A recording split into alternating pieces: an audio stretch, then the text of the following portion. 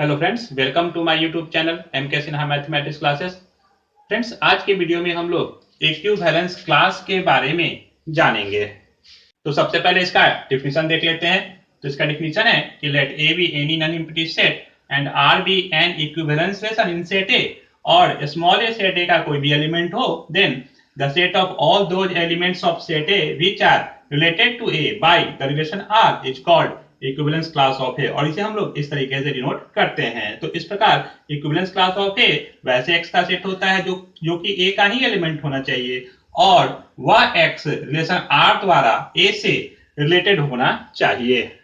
तो इस डिफिनीशन को पहले समझ लेते हैं। तो इस डिफिनीशन के अकॉर्डिंग अगर कोई नॉन एम्प्टी सेट ए है और उस पर एक इक्विवेलेंस रिलेशन आर डिफाइंड किया गया है, और उस सेट का कोई एलिमेंट स्मॉल ए है, तो उस सेट ए के वैसे सभी एलिमेंट्स का सेट जो कि उस एलिमेंट ए के द्वारा रिलेशन आर से रिलेटेड हो, उसे इक्विवेलेंस क्लास ऑफ ए कहा जाता है।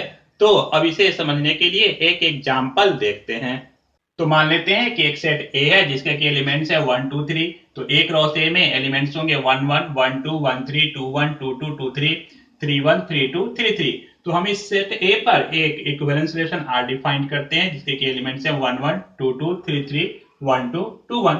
अब हम लोग इस सेट ए के एलिमेंट 1 का इक्विवेलेंस क्लास निकालते हैं। तो equivalence class of 1 is equal to x का set such that, by the definition x का set such that x a का ही एलिमेंट होना चाहिए एंड x रिलेटेड होना चाहिए 1 से। जिस एलिमेंट का भी इक्विवेलेंस क्लास निकालना हो उस एलिमेंट को हम यहाँ पर लिखेंगे। तो x रिलेटेड होना चाहिए बाय द रिलेशन r 1 से। तो इस इक्विवेलेंस रिलेशन में हम लोग देखेंगे कि कौन कौन से सेट ए के कौन कौन से एलिमेंट इस 1 से रिलेटेड हैं। तो यहाँ पर 1 1 का पेयर r का एलिमेंट है, दैट इज ये 1 इस 1 से रिलेटेड है।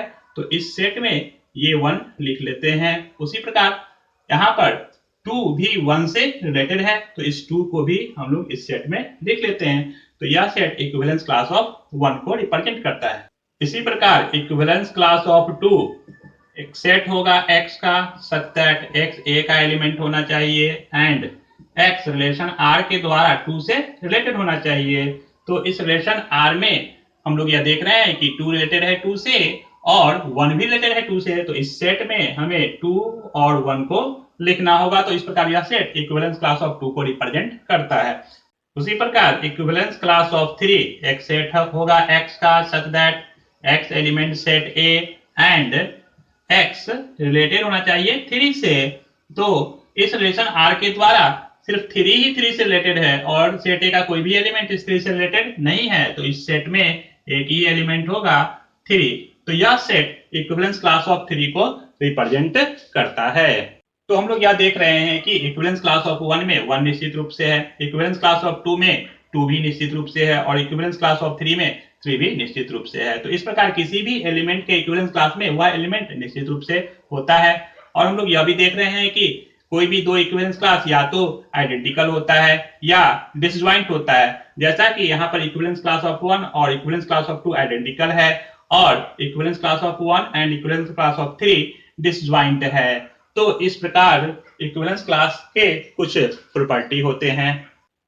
तो पहला प्रॉपर्टी है कि इक्विवेलेंस क्लास ऑफ ए में ए निश्चित रूप से होता है सभी ए एलिमेंट सेट ए के लिए, और दूसरा है कि इक्विवेलेंस क्लास ऑफ ए और इक्विवेलेंस क्लास ऑफ बी या तो आइडेंटिकल होंगे या दोनों का इंटरसेक्शन 5 के बराबर होगा, that is 2 equivalence classes are either disjoint और आइडेंटिकल। तो फ्रेंड्स, आज के वीडियो में इतना ही। इस वीडियो को पूरा देखने के लिए आपका बहुत बहुत धन्यवाद। अगर ये वीडियो आपको अच्छा लगा हो तो इसे लाइक और शेयर जरूर करें, और अगर आपने अभी तक मेरे चैनल को सब्सक्राइब नहीं किया है तो इसे सब्सक्राइब भी कर लें।